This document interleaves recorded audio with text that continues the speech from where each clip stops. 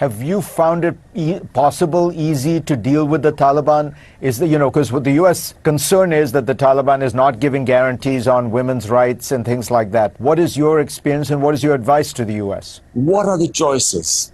Is there an alternative to Taliban right now? No, there isn't. Is there a chance that if the Taliban are squeezed, if the government is squeezed, there could be a change for the better? No.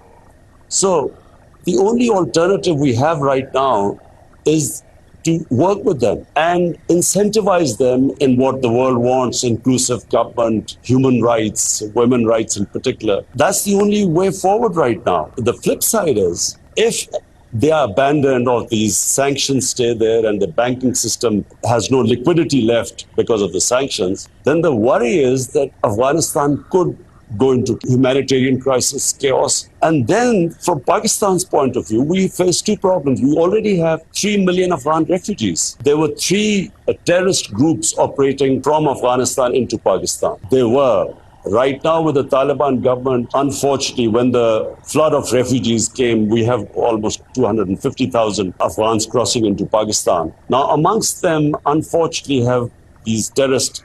There's the Pakistani Taliban, which has conducted attacks inside Pakistan. There's the Baloch insurgents who've been conducting attacks, and especially recently. And then there's ISIL. So our best hope is that a stable Afghanistan will ensure stability or peace in Pakistan. But it's not just Pakistan, because if it goes into chaos, then we know why the United States first came to Afghanistan 20 years back. So therefore, it's in everyone's interest that this does not descend into chaos, the situation in Afghanistan.